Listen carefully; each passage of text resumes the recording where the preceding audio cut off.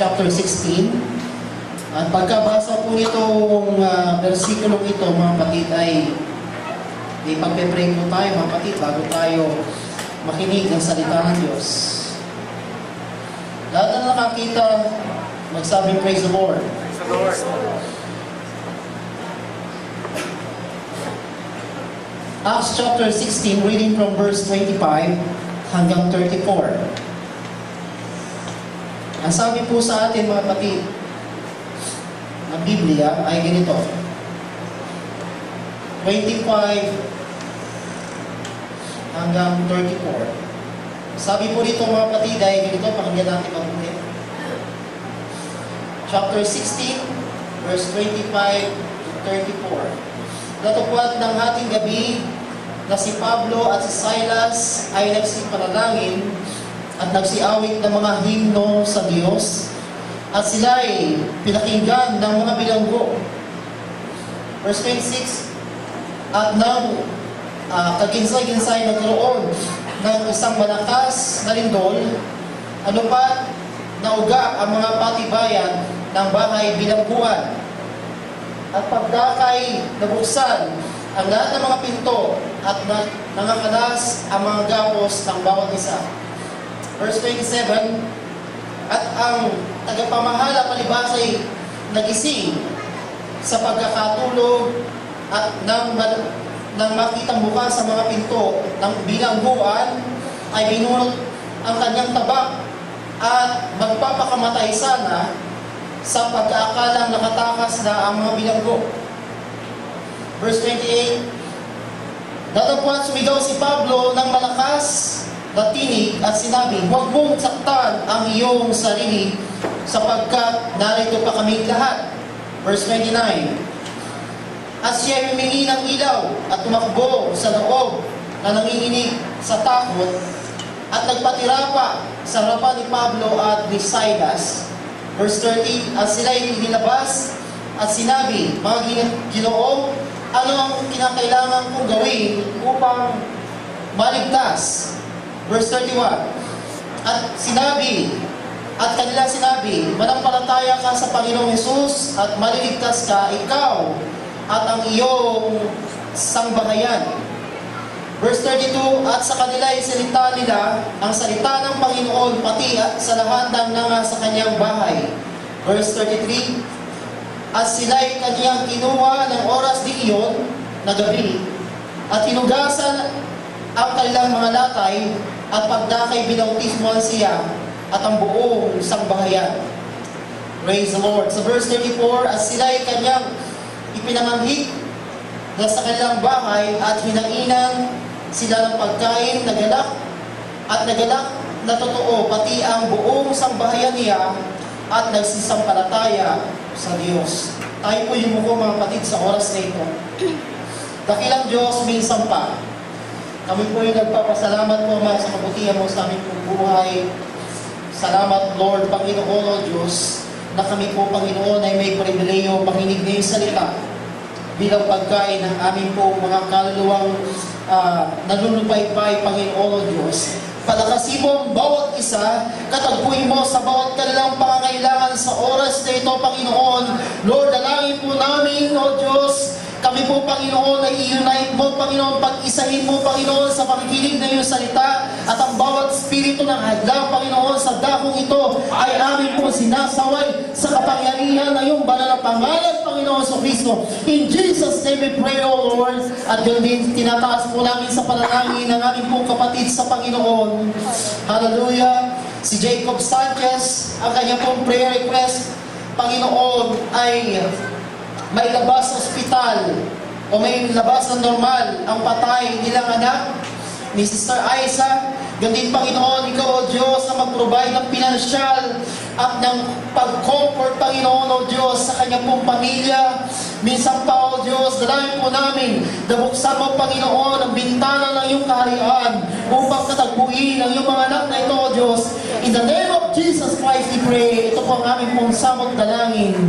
Amen and amen. Praise the Lord. Palapakan po natin ang ating pong Panginoon. Praise the Lord.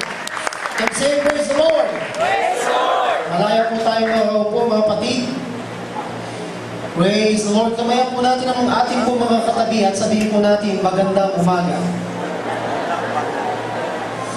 Praise the Lord. Magandang umaga po sa inyo lahat. Ganon din sa lahat ng mga bisitang narito. Praise the Lord. Noong isang araw po mga kapatid, nakapanood po kami ng balita. I think that was Friday night mga kapatid, na may meteor mga kapatid na bumagsak sa Russia.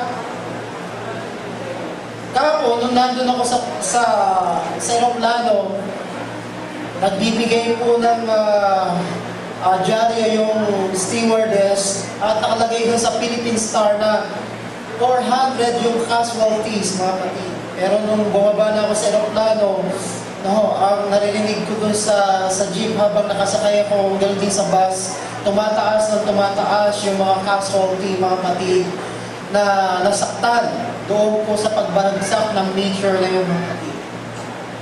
At alam niyo po ba kahapon, ang Jensan ay kasama ang Jensan, mga kapatid, sa Nilindol, at iba't ibang bahagi ng Mindanao. Alam niyo po mga kapatid, may isang bagay lang na gustong ibigay na mensahe ang ating pong Panginoon. Sooner mga kapatid or later, ang Diyos ay malapit ng babalik mga kapatid. Amen?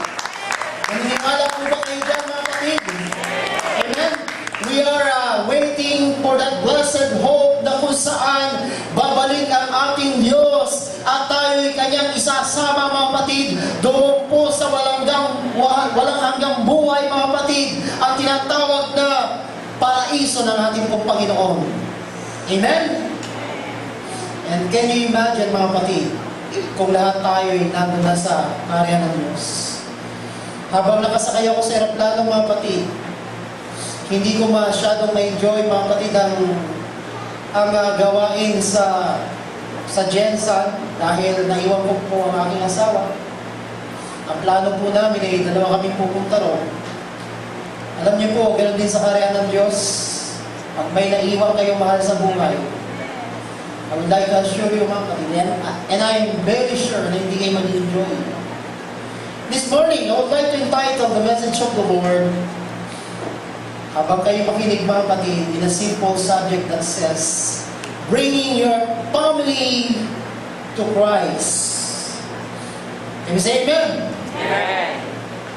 Bringing your family to Christ. O sa Tagalog, dalhin daw natin ang ating pong mga miyembro ng pamilya o ang ating pong asawa, ang ating inyong mga anak, should I say, ang inyong pong pinsan, ang inyong pong biyanan, lalaki, biyanang babae, mga kapatid. Amen? Let us bring them all to the Lord Jesus Christ. Amen? Palakpakan po natin ang ating pong Panginoon. Praise God. Can we say amen? Amen. Alam niyo mga kapatid, yung ating pong tema sa General Conference, doon sa Jensan, ay nagsasabing harvest time. Amen? Harvest time, mga kapatid. Dumarating na tayo sa panahon na papalapit na ang pagbabalik ng ating pong Panginoon. And most of the time, may mga taong ini-invite tayo sa church, ini-sponsor lang natin mga kapatid. Amen? Pinaglalunch natin ng libre pagkatapos ng gawain. Amen? Pinapatungan natin ang ating kamay para sila mga kapatid ay makaramdam ng presensya ng Diyos. Amen? At na-enjoy po natin mga kapatid, and we are being blessed personally kapag nakikita natin gano'n ang ating mga bisita. When the Lord transformed their lives, mga kapatid, na naluluwalhati ang Panginoon. Amen? When they received the Holy Ghost, mga kapatid, napakaganda mga kapatid sa mga mata ng mga anghel at ng ating pong Panginoon, na kung saan maraming tumatanggap sa Panginoon. But what if, mga kapatid, kung yung mga bilang ng taong yan ay hindi kasama ang pamilya mo o isang miyembro ng pamilya mo? Bringing your family to Christ. Amen? God is faithful. Naniniwala po ba kayo doon, mga kapatid? Amen. in His promises, and His faithfulness was proven. Ibig sabihin, tested, mga kapatid. From the Old Testament to present, mga kapatid, He is still faithful. Amen? He never changed. Kasi po, mga kapatid, ang sabi ng Hebrews chapter 13, verse 8, Jesus Christ is the same yesterday, today, and forever, mga kapatid. Kung ano ang programa ng Panginoon, amen, mula nung pasimula na siya'y dumating dito sa lupa, hanggang siya po ay umakyat sa langit, mga kapatid, at tayo ang natira. Amen, ang Diyos ay faithful na kung saan sa lahat ng kanyang pangako ay kanyang tinutupad.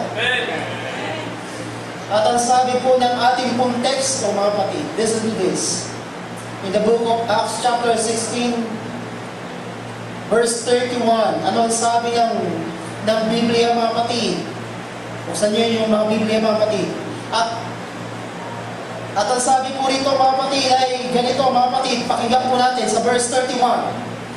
At kanilang sinabi, manampalataya ka sa Panginoon, Jesus, at maliligtas ka, ikaw at ang iyong sambahayan.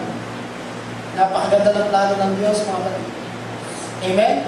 Ano ang plano ng Diyos? Iligtas tayo at ang bawat membro ng ating pong mga pamilya, mga kapatid. Ng ating pong pamilya, should I say. Alam niyo po, mga kapatid, during 1993, when I was converted in the Lord, mga kapatid, nang na-convert ako sa Panginoon, palaging prayer ko ng nanay at tatay ko, o kahit isa o dalawa o tatlo sa aking mga kapatid, ay mga sama ko sa gawain ng Panginoon. That was a long time ago, mga kapatid. Pero mga kapatid, dumating, mga kapatid, yung year 2009, mga kapatid. Alam niyo po, mga kapatid, may mga panahon na para bang nangihimagod na tayo, napapagod na tayo sa counter-pray, mga kapatid, sa bawat miyembro ng ating pong mga pamilya. And sometimes, nagpo-question tayo sa Diyos, bahagi pa ba sila ng pangako ng Diyos? Bahagi pa ba sila ng plano ng Diyos? I would like to tell you, mga kapatid, during 2009, ang nanay ko nabaptize, mga kapatid. Yung kapatid kong lasinggero, mga kapatid na pangatlo, nabaptize in Jesus' name. Yung kapatid ko na bunsong babae, kasi 6 kami, mga kapatid, 5 lalaki, 1 babae, nabaptize in Jesus' name. And right now, mga kapatid, sila po yung nagsisimba. Amen? Minsan umuwi sila, gabi na. Alam niyo po, mga kapatid, kung nag-enjoy tayo sa promise, mga kapatid, at transformation na ginagawa ng Diyos sa ating pong buhay, how much more, mga kapatid, hindi natin mithiin, naisin, mga kapatid, na makita yan sa bawat bahagi ng ating pong pamilya, mga kapatid. Amen? Let us always pray, mga kapatid, para sa ating pong pamilya. Amen? Sa inyo pong asawa, sino po ba rito ang may mga asawa? Asa kamay?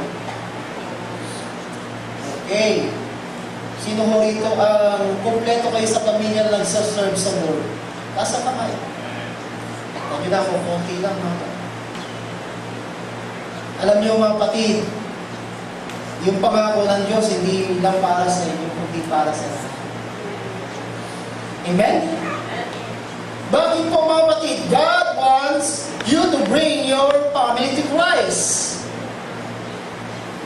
Example, mga kapatid, sa time ni Noah, let us open our Bible in the book of Genesis chapter 7 verse 1. Kindly bear with me, mga kapatid, as I read the Word of God.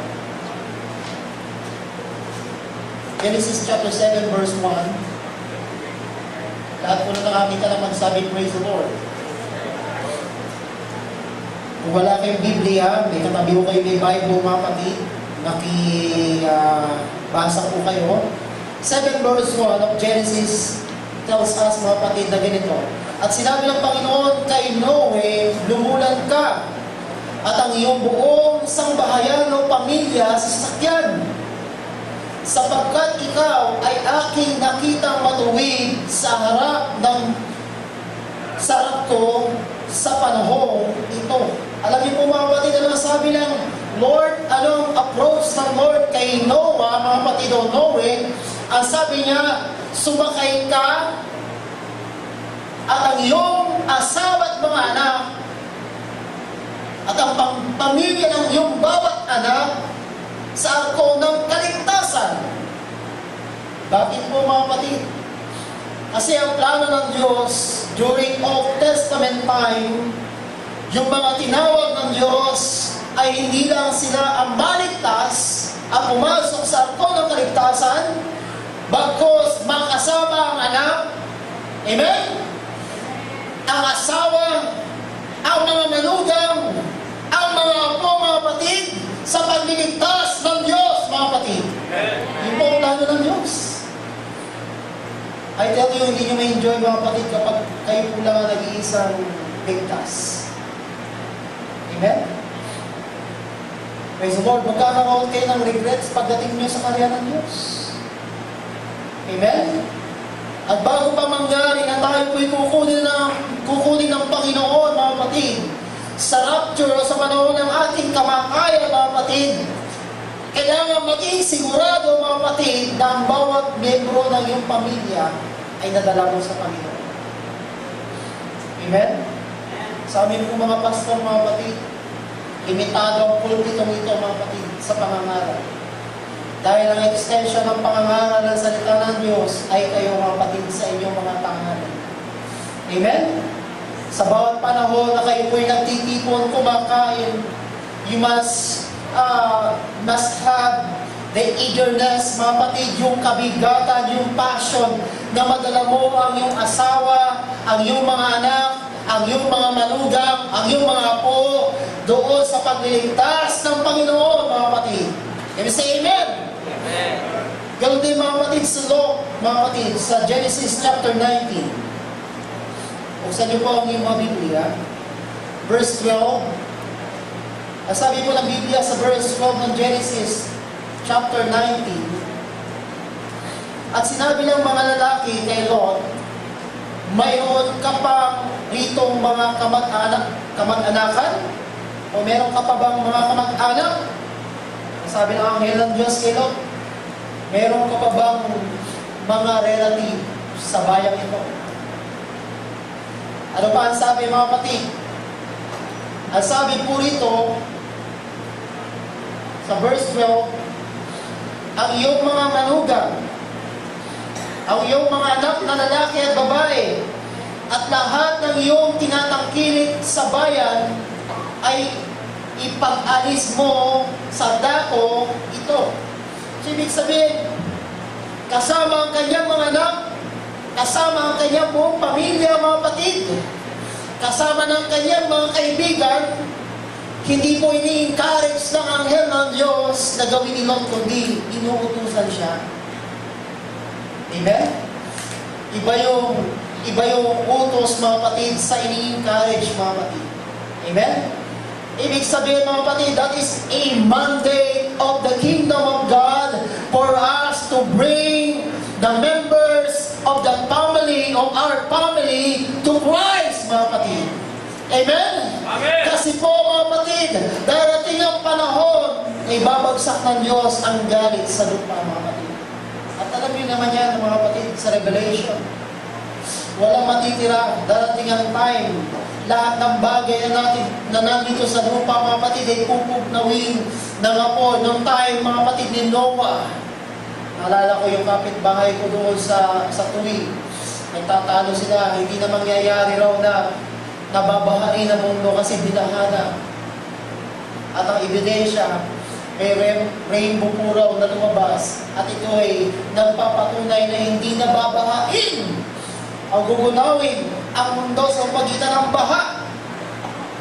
Pero mga kapatid, kung babasahin niyo Revelation, mga kapatid, ang mundong ito'y nakalaan sa apoy, pati sa Book of Peter, mga kapatid, nakalaan sa apoy. And can you imagine, mga kapatid, when the rapture take place, nakuha ka ng Panginoon, sabi sa Thessalonica, Kabanata 5, mga kapatid, nakuha ka ng Panginoon, pero may 2 o 3 miyembro ng iyong pamilya na hindi nakasama, mga kapatid, masakit yun sa'yo. Amen? na sasakay ka sa eroplano ng pagliligtas ng Diyos. God is calling us for the final boarding time, mga kapatid. Amen? Alam niyo, kapag sasakay ka ng eroplano, palagi may allowance siya ng 1 oras o 2 oras para ikaw ay makasama sa flight. Alam niyo po, mga kapatid, sooner or later, the Lord will come, mga kapatid, with His angels, mga kapatid. Pero ang tanong, ilan na ba ang sa inyong pamilya ang nadala mo sa Panginoon? Hallelujah. Ang kasama mo every Sunday. It is a challenge of the Lord for us, mga kapatid, to bring all the members of our family to the Lord, mga kapatid. Amen. Minsan kasi magaling tayo mag-share ng Word of God sa ibang tao. Pero natitigilan tayo, nalilimitahan tayo, hindi natin magawa na mag-share ng Word of God sa ating asawa. Paano mo naman siya siyang pastor? Nagsasalita ka pa lamang, galit na. Paano mo siya siyang pastor? Tuwing mag-share ako ng Word of God, nilalayasan ako. Amen? Alam niyo sa Biblia, yung kapanganakan ng tao sa kaharian ng Diyos ay inalintunglad sa babaeng naglilihi. Amen? Lahat ng babae magsabing Amen. Kapag ang babae naglilihi at buntis siya, ano ba yun? Manganganak siya o hindi? Diba? Sigurado manganganak siya. No, nagtatrabail, mga kapatid, nahihirapan. 9 months, mga kapatid. Amen? Ganun din, mga kapatid, sa pagliligtas ng Diyos, mga kapatid, sa bawat buhay ng miyembro ng ating pong pamilya, bago sila tatanggap sa bautismo ng tubig at Espiritu Santo, according to Acts chapter 2, verse 38, mga kapatid, kailangan mag-trabail muna tayo, mga kapatid. Amen? Kailangan nandun yung pagtatsaga, kahinahunan sa pagdadala ng bawat kaluluwa sa Panginoon. Amen? Bakit natin ginagawa? Kasi malapit ng pagbabalik ng Panginoon. Amen?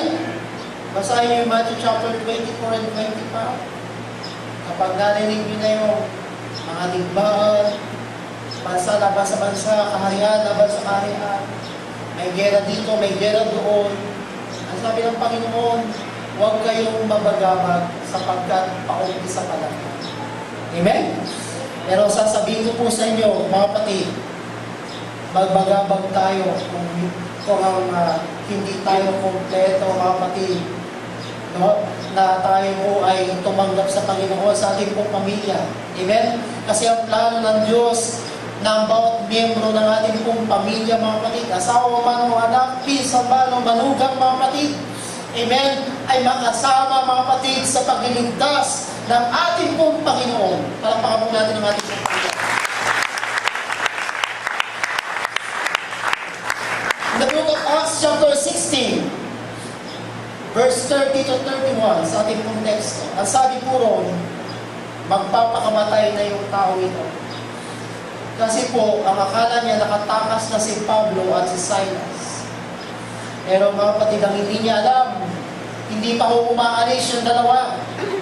At nung magpapakamatay na siya at sasaksakin niya ang kanyang sarili sa magitan ng espada, mga kapatid, ang sabi ni Pablo, huwag mong saktan ang iyong sarili, narito pa kami.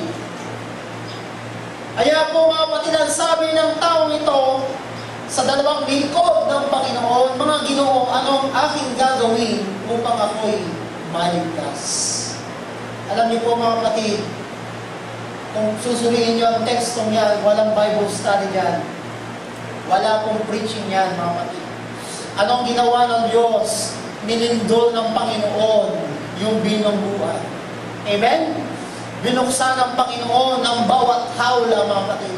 Alam niyo po, huwag kayong magsasawang mag-share ng Word of God sa inyong asawa, sa inyong anak, sa inyong magulang, sa inyong pinsan, sa lahat ng relatives na meron po kayo. Dahil darating ang panahon, yung mga unos ng buhay, mga kapatid, yung mga bagyo ng buhay, doon sila matatauhan na tinatawag sila ng Lord, kinakausap sila ng Lord para pumasok sa ako ng pagligtas ng Panginoon. Will you say amen? Can you say praise the Lord? perfect timing yan. Nung in-invite kayo rito, hindi ko sa loob ng isang linggo, tumanggap kayo sa Panginoon. Marami mo kayong beses na nilibre sa lunch. Amen? Amen? Maraming beses kayong napilitan. Amen? Maraming beses na para bang nahihiya lang kayo na tumanggi kaya kayo sumasama. Tulad sa mga bisita natin sa umaga nito, minsan, may question sa puso, sa isip. Bakit nga ba ako narito? Amen? Magpasalamat tayo sa Panginoon dahil hindi lamang tao ang nag-invite sa inyo, kundi mismo ang Panginoon gumamit ng mga tao para malaman nyo ang Ebanghelyo na liligtas, mga kapatid. Amen? Say amen? Minsan nandun yung pressure. Minsan, mga kapatid, naroon yung pagkakaroon ng agam-agam. Pero mga kapatid, kung susuriin natin yung batas ng pagtatanim, kapag nagtanim ka ng ubas, hindi mamumunga ng santol, mga kapatid. Okay? Kung nagtanim ka ng mabuti, aani ka ng mabuti, mga kapatid. Amen? Pag nagtanim ka ng Ebanghelyo ng Diyos sa puso ng bawat bisita, darating ang panahon. May mga tayo, mga kapatid, sila naman ang gagamitin ng Lord para sa bawat miyembro ng iyong pamilya, para sila'y matauhan, para sila'y maligtas, mga kapatid, at makasama sa muling pagbabalik ng ating Panginoon. Palakpakan po natin yung ating Panginoon.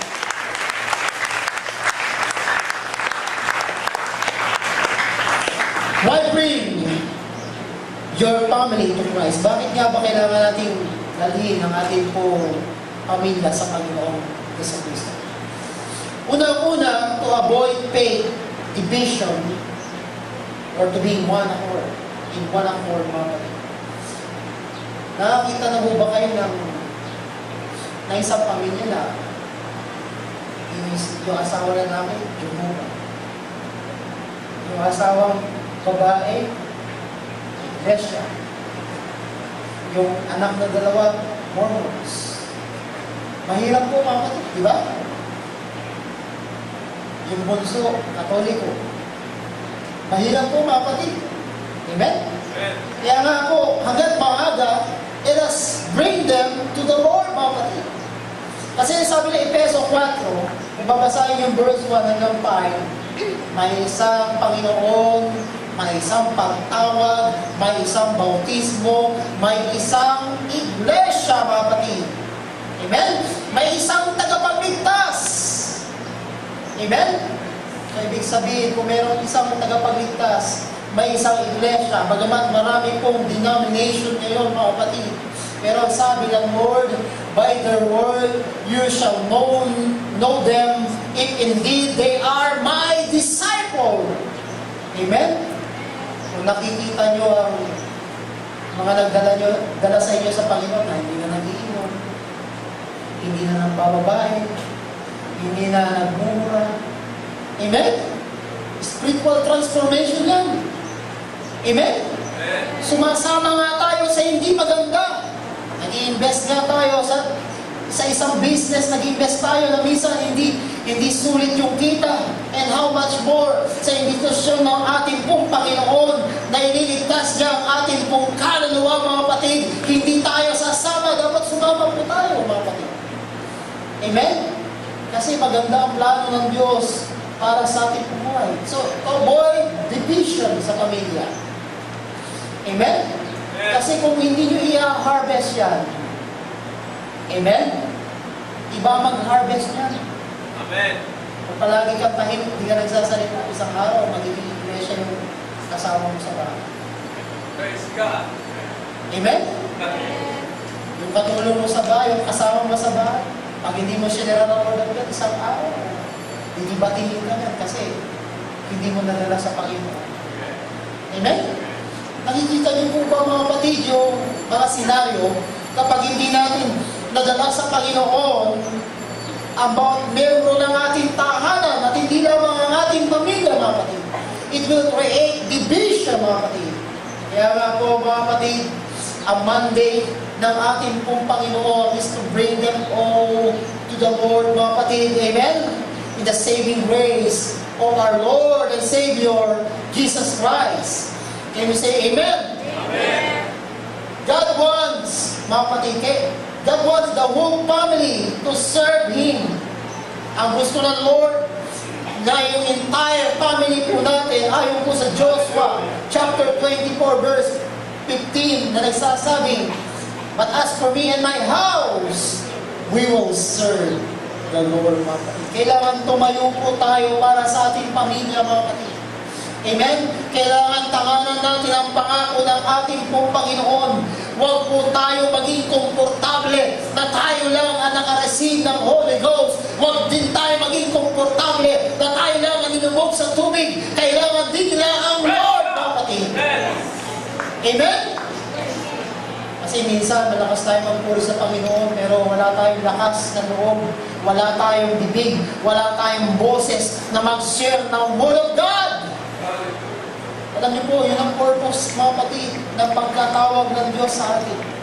Hindi lamang para tayo ay mag-enjoy sa saving grace ng Panginoon, kundi yung bawat tao, ang buhay natin ay may paggamit. Amen? Sa gawa ng Diyos.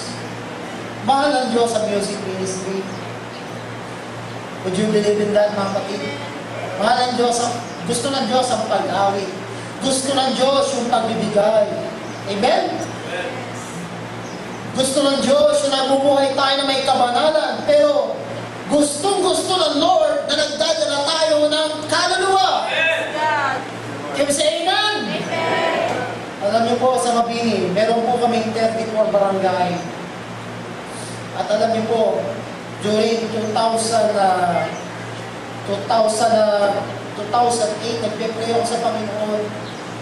Sabi ko, Lord, bigyan mo ako ng kapamaraanan para magkaroon ako ng access sa mga taong nakikilala ko, sa mga taong kalooban mong maligtas at mahayagan ng iyong salita. Alam niyo po, mga kapatid, that was a long time ago, mga kapatid.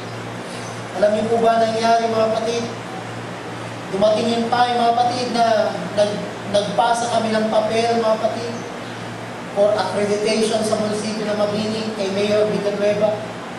Layunin po, mga kapatid, ng papel na yon na magpa-accredit, mga kapatid, sa SB at sa munisipyo para makapag-conduct ng moral recovery program.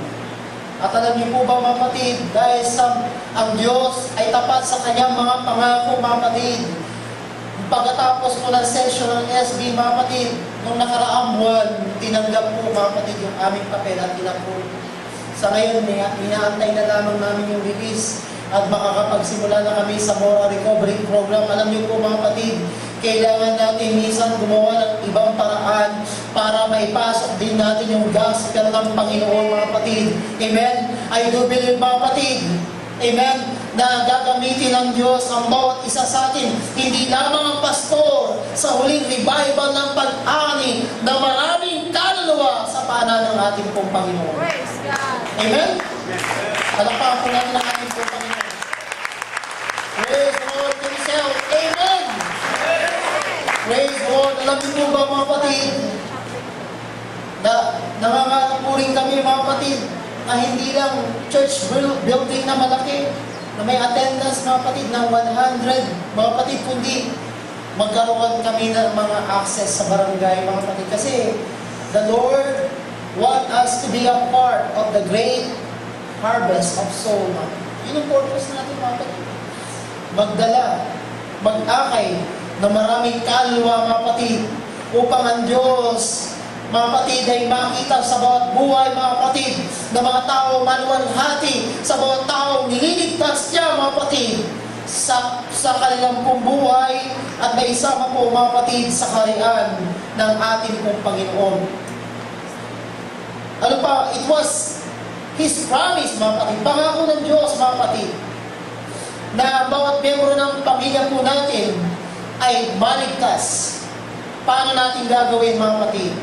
Kinakailangan have faith that God will bring them to Himself. Ano ibig sabihin ng mga kapatid? Dadalhin daw ng Panginoong Diyos ang bawat kaluluwa sa Kanya pong paanan. open our Bible in the book of Hebrews, chapter 10, verse 23. Lahat po na nakakita na magsabi, praise the Lord. Chapter 10, verse 23, mga kapatid ng Hebrews. Ganito po ang sinasabi, mga kapatid. Na ating ingatang matibay. Lahat po na nakakita na magsabi, praise the Lord. Na ating ingatang matibay ang pagkakilala ng ating pag-asa upang huwag mag-alilangan sapagkat tapat ang nangako. Ibig sabihin, ingatan daw natin. Amen? Yung pagkatawag natin, pagkatawag ng Diyos sa atin, mga kapatid. Amen? Ingatan daw natin matibay. Amen? Huwag na raw tayong aalis. Amen? Ibig sabihin nun, huwag na raw tayong lilipat. Hallelujah. Minsan kasi may mga kapatiran kapag minsan personal na yung galit, lumilipat eh. Amen? Parang kapamilya na nagiging kapuso. Pag hindi na satisfy sa kapuso, kapatid na. No? Alam nyo, basahin niyo yung Ephesians chapter 4. May isang tagapagligtas, isang iglesia, isang pagtawag, isang pag-asa. Amen? Isang bautismo. Kapag lumipat ka, babautismohan ka ulit. Amen? Kung isa lang ang Diyos, isa lang ang iglesia, bakit ka lilipat? Amen? Kailangan we must stand firm to the calling of God, mga kapatid. Huwag tayong magpa-entice, mga kapatid, sa mga tatamis na dila ng mga ngaral sa telebisyon. Na sila puro the appointed one. Sila naman sugo, pero wala sa buhay ng pagkakasugo. Amen? Alam niyo yung nagsasabing sila ang sinugo? Mahirap po yun, mga kapatid. Ang tunay na sinugo ng Diyos. Wala kayong makikita pusok sa gate ng simbahan. Amen? Ano yung umusok, pastor? Naka-necktie na, naka-coat, pero umuusok.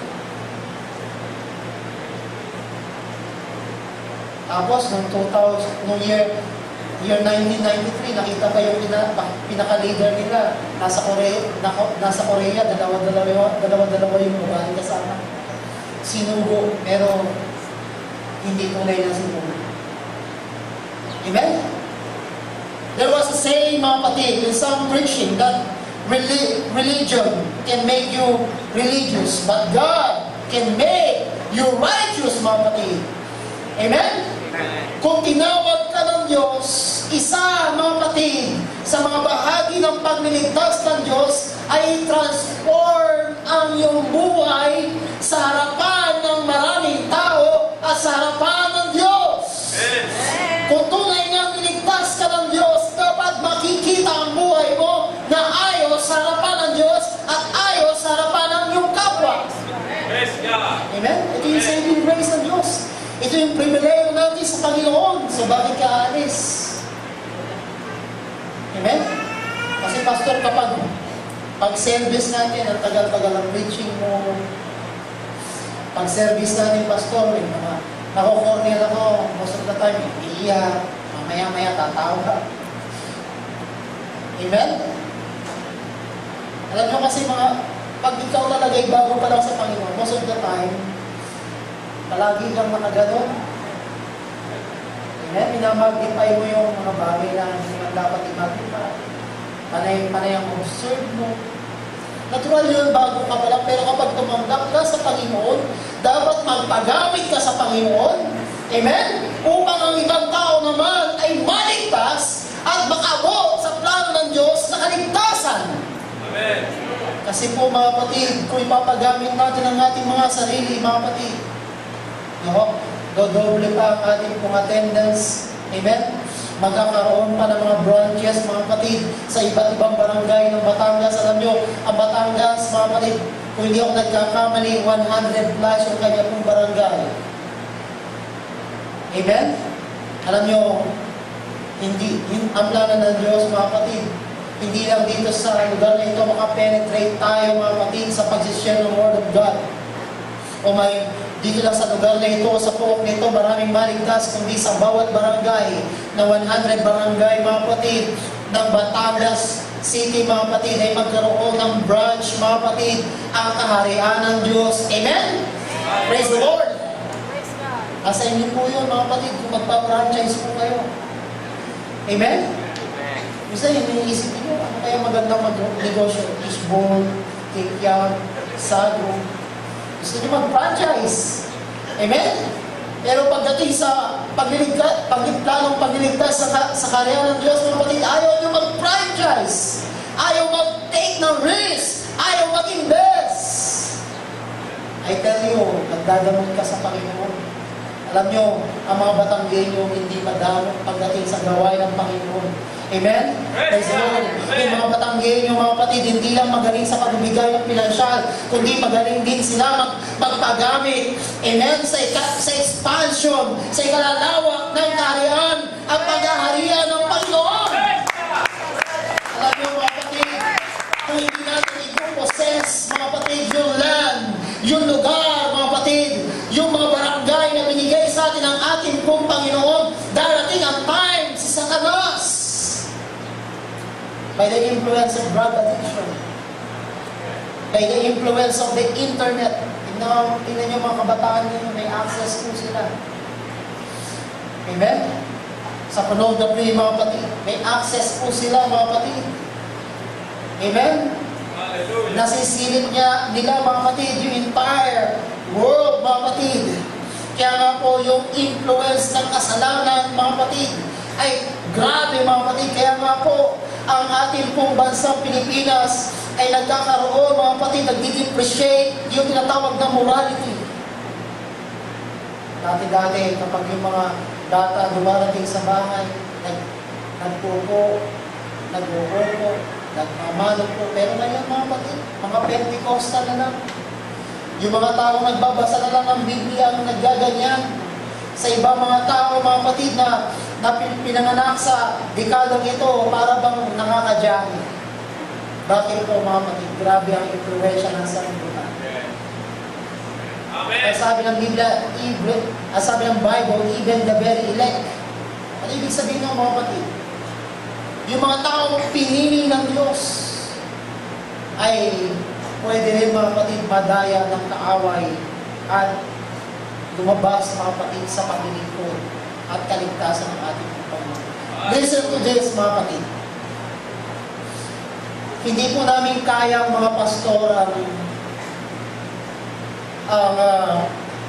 kami lahat ang gagawa.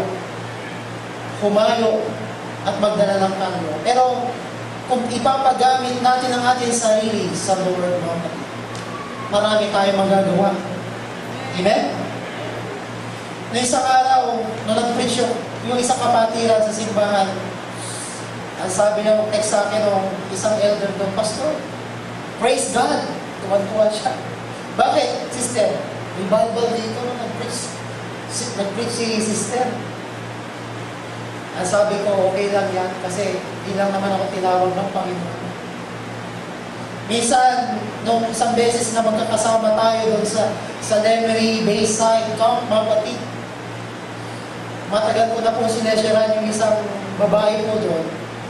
Pero natutuwa ako, mga kapatid, during that time, doon siya tumanggap sa Panginoon, naka-receive ng Holy Ghost, na bautismuhan sa tubig. Alam niyo po, mga kapatid, ang pagtawag ng Diyos, hindi lamang sa pastor, mga kapatid, yes, tinawag kami ng Panginoon, pero mas mamamaximize pa natin, mga kapatid, yung tinatawag na expansion ng paghahari ng Diyos kung ipapagamit natin ang ating sarili. Amen? Amen. Sa pangangaral, sa pagtuturo ng salita ng Diyos. Kasi po yung purpose ng Diyos kung bakit tayo tinawag. Magtatapos na po ako, mga kapatid. Kaya tingnan niyo yung Philippian jailer. Ang sabi ng Bible, dinala niya sa tahanan niya si Apostol Pablo at si Silas. Alam niyo po ba yung tahanan? Kinocompose po ng nanay, tatay, anak. Kung sa atin pa sa kultura, yung manugang kasama rin sa tahanan. Amen? Kasama rin, mga kapatid, sa tinatawag na bahay, yung mga kasambahay. At alam niyo po ba, ang good news, mga kapatid, lahat sila'y tumanggap sa Panginoon sa bautismo ng tubig. In Acts chapter 10, mga kapatid, yung whole chapter 10, si Cornelius, mga kapatid, isang taong nananalangin o nagpipray 3 beses sa isang araw, nagbibigay ng limos. Pero makita niyo, mga kapatid, hindi pa rin siya ligtas, natutuwa lang ang Lord. Alam niyo, iba yung natutuwa ang Diyos sa iniligtas ka ng Panginoon. Kaya nga, the Lord sent the Apostle Peter to preach and teach the gospel of the Lord in Acts chapter 10. At ang sabi po doon ng good news, si Cornelio, yung kanyang asawa, at yung kanyang mga sundalo, katulong at kasama sa bahay, ay tumanggap sa bautismo ng tubig. Amen? At sila po lahat ay napuspos ng Espiritu Santo. Alam niyo po, mga kapatid, ang desire ng Diyos, ang simbang ito natin pong kinalalagyan ay magkaroon ng extension sa inyong mga tahanan. Amen? Huwag na ho kayo magsabi, Pastor, pwede bang ikaw ang magturo? Huwag na po, mga kapatid. Amen? Manalangin kayo sa Panginoon. Pwede rin kayong gamitin ng Panginoon ayon sa tinatawag na pag-train po sa inyo ng inyong pastor, mga kapatid, na simbahan inyong kinalalagyan upang kayo, mga kapatid, ay maging extension. Amen? Ng paghahari ng ating pong Panginoon, mga kapatid. Alam niyo po, kailangan kayo ng inyong pamilya, kailangan kayo ng inyong kapitbahay, kailangan kayo ng bawat membro ng inyong community, mga kapatid. Kung hindi kayo kikilos, mga kapatid, ibang religious group ang mag-harvest naman. Hallelujah. Harvest, mga kapatid. Amen? Ang sabi nga ni Pastor Jesse Valenzuela, sometimes, sabi niya sa aming mga pastor sa General Santos City, nung Miyerkules nung nagturo siya. Isa po siya sa lecture.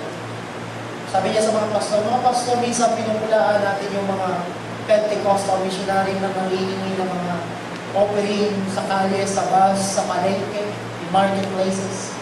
Pero hindi natin nakikita, dumadami sila. How about ang bawat isa sa atin ay magkakaroon ng ministry sa palengke, sa bus, sa barangay. Amen? Hindi naman sa loob ng tahanan. Tayo po'y dadami, mga kapatid. Amen? Malapit na ang pagbabalik ng ating pong Panginoon. Amen?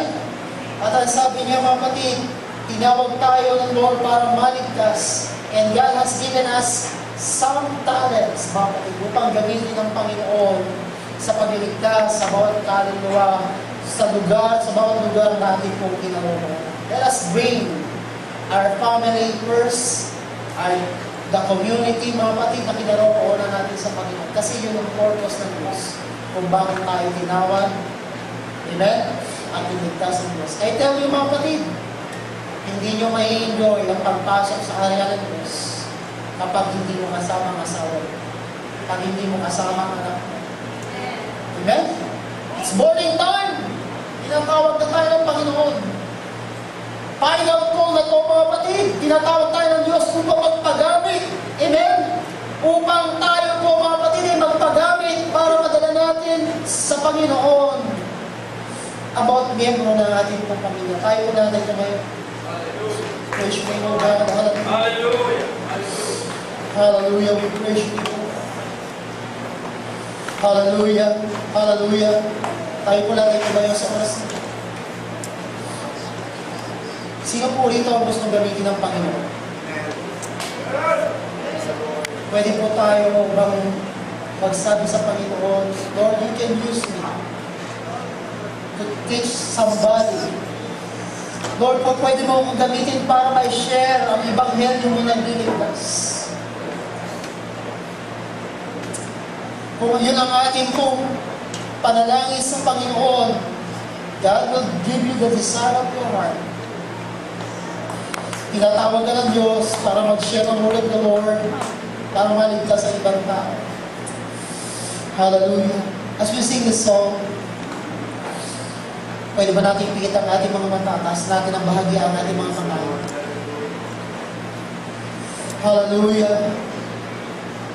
Kung nagpapagamit tayo sa libutan, huwag tayo magdalawang isip na magpagamit sa Panginoon sa pangangaral at pagtuturo ng Ebanghelyo ng Diyos na nagliligtas ng bawat kaluluwa ng bawat tao. If you can use anything, Lord, you can use me. If you can use anything, Lord, you can use me. Touch my hands, Lord, touch my feet. Touch my heart, Lord, speak to me.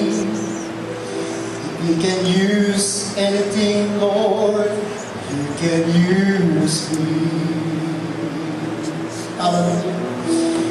If you can use anything, Lord, you can use me.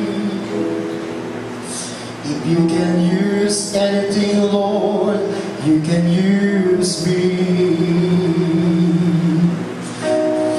Touch my hands, Lord, touch my feet.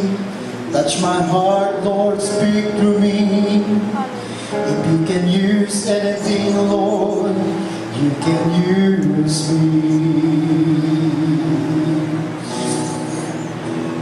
If you can use anything, Lord, you can use me. Come on. If you can use anything, Lord, you can use me. Touch my hands, Lord, touch my feet.